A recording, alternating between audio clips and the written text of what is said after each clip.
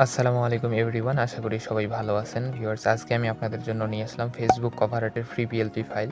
তো এই পিএলপি ফাইলটি ডাউনলোড করতে চাইলে অবশ্যই ভিডিওটি সম্পূর্ণ দেখে 6 সংখ্যার একটি পাসওয়ার্ড সংগ্রহ করতে হবে।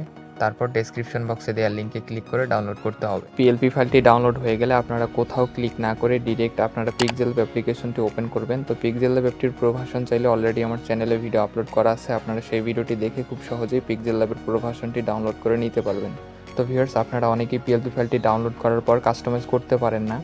তো তারা আসলে মূলত পিএলপি ফাইলটি ডাউনলোড করার শেষে আপনারা বিভিন্ন জায়গায় ক্লিক করেন জন্যই কাজ হয় না।